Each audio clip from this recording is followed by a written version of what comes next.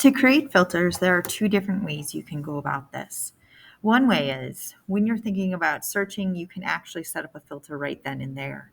So in the search box, if you click on the show search option icon to the right, and you can say, you know what, and maybe it is your supervisor or your principal or, different people that you need to make sure that you always get these emails. Or if you have a certain, if you want the Google Classroom filters or something like that, I'm going to say any filter from my school email.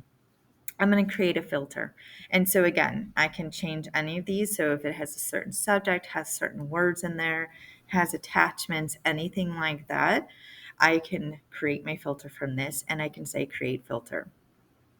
So then I can go ahead and say, what do I want to do with it? For some emails, I just go ahead and archive them because I know I'm not going to need them. It's not something I need to look at. I can also go through and I can apply a label. And so I can even make a label right here. And I can say in there that these are going to be all the tutorials, for example. So maybe it is your instructional tech coach, or it's someone that is sending certain things to you. And you can also say, that you're going to start it. You can always mark it as important. You can categorize it if you have the different types of inboxes on here that you always wanted to go into primary, for example. And then it's going to find that filter, or it's going to find the messages that have that same filter. And it's going to go ahead and say, hey, do you want to apply that filter? And yes, I do.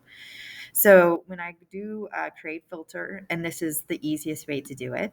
So if I go ahead and I create that filter, now if I'm in my inbox, now what I see is this email that is from my work email now has this label and it is marked as Google Tutorials. So anytime I get an email from that email address, it's going to be marked with tutorials.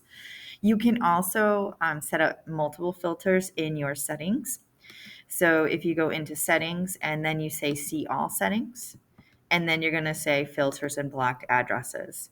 And so you can create a new filter. You can also edit the filter if, any filter that you create.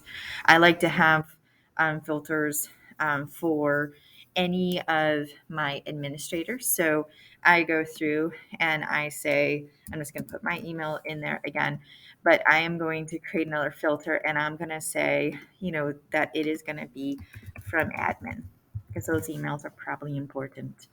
And I am going to, also I want to start it, for example. So, you can kind of play around with some of those filters, but you're able to do it right from the search bar or from settings.